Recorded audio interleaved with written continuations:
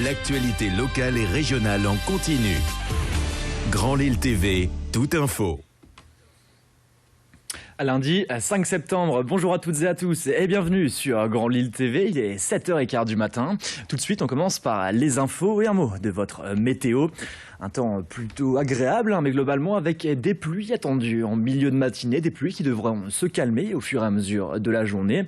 Le ciel sera un peu plus dégagé avec des températures avoisinant les 20 à 25 degrés. Et on fait le point sur votre météo complète, c'est juste après ce flash info. Et à la une de cette édition, dur de rejoindre la Côte d'Opale ce matin. On évoque ce ras-le-bol général de la part des chauffeurs routiers et ces blocages qui ont actuellement lieu sur l'A16 à hauteur de l'Eurotunnel à Calais. Une opération escargot pour une durée indéterminée est en cours. Commerçants, policiers, chefs d'entreprise, syndicalistes ou même agriculteurs, leur objectif, clairement, dire stop à l'insécurité à Calais après les nombreuses intrusions de migrants sur l'autoroute, notamment ces derniers jours. Ces derniers souhaitent obtenir une date ferme et définitive sur le démantèlement de la partie nord de la jungle. David Sagnard, le président de la Fédération nationale des transporteurs routiers, revient sur les difficultés rencontrées au quotidien et le ras-le-bol de sa corporation. On l'écoute au micro d'Emmanuel Bouin. Ce sont nos clients qui nous demandent des indemnités. Ce sont donc nos polices d'assurance que nous avons diligentées. Et derrière, ce sont nos franchises que nous perdons. Et puis à terme, à force d'avoir un taux de sinistre sur prime qui est supérieur à ce que vous payez en termes d'assurance, vous avez des compagnies d'assurance qui refusent de vous assurer. Et donc là, vous n'êtes plus capable de faire votre métier. Ils n'ont même plus envie de venir travailler. Ils ont la crainte de venir au boulot. Et ça, c'est pas possible. On ne peut pas laisser passer ça. Et on enchaîne et on revient évidemment sur ce week-end festif avec Lille reste en fête. Et toute la matinée samedi, nous étions sur le terrain pour vous faire vivre en direct cet événement, venu remplacer au pied levé la traditionnelle braderie. La braderie des commerçants, festival de la BD, bourse aux livres, comme on peut voir sur ces images, pour le plus grand plaisir des Lillois et des étrangers de passage dans la ville. Une ambiance festive dans les rues de Lille que la maire de Lille, Martine Aubry, voulait à tout prix garder. Et je vous propose de l'écouter au micro d'Adrien Lanois. Oui, bien sûr, il y aura un rendez-vous et justement, on travaille déjà maintenant avec l'idée que des commerçants extérieurs qui n'ont rien à faire ici ne puissent plus venir. On gardera les antiquaires et les brocanteurs qui sont bien organisés, on les étalera et pas seulement autour de Jean-Baptiste Lebas. Et on fera la vraie braderie d'avant, les commerçants de Lille bien sûr, et aussi les Lillois qui veulent vendre au pied de chez eux. S'ils sont trop nombreux dans une rue, on les étalera pour que ça soit plus fluide et qu'on n'ait pas ces problèmes de concentration. Donc dès maintenant, on est au travail pour faire une belle braderie l'année prochaine.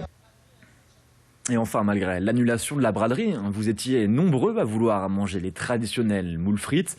Et sachez que beaucoup de restaurateurs du centre-ville se sont trouvés en rupture de stock hier après-midi. Et puis en bref, dans cette édition, malgré l'annulation de cette braderie, on évoque ce bilan positif pour le tourisme dans les Hauts-de-France. 2/3 des professionnels du tourisme se disent satisfaits de la saison estivale, selon les comités régionaux du tourisme Nord-Pas-de-Calais et Picardie. Un taux de remplissage record pour les établissements, avec tout de même 85% de remplissage pour les hôtels et même 90% sur le littoral.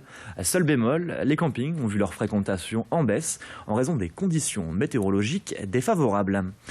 Et l'autre actualité de ce journal, c'est ce sentiment grandissant d'insécurité à Oisem. Depuis plusieurs années, une partie de ce quartier, au niveau de la rue Jules Guesne notamment, est souvent pointée du doigt. Trafic de drogue, vol à l'arraché, affrontements entre bandes. Depuis quelques semaines, les altercations s'enchaînent. Et le Front National a d'ailleurs réagi face à cette insécurité grandissante et pointe du doigt, je cite, à l'incapacité de la mairie à stopper cette délinquance. Nous avons rencontré Éric Diliz, le chef de file du groupe Lille Bleu Marine. Ce dernier affirme avoir interpellé à plusieurs reprises la mairie de Lille en demandant un renforcement des forces de police, mais sans succès. Et nous l'avons rencontré devant les Halles de Oisem. Je vous propose d'écouter sa réaction au micro de Céline Huret.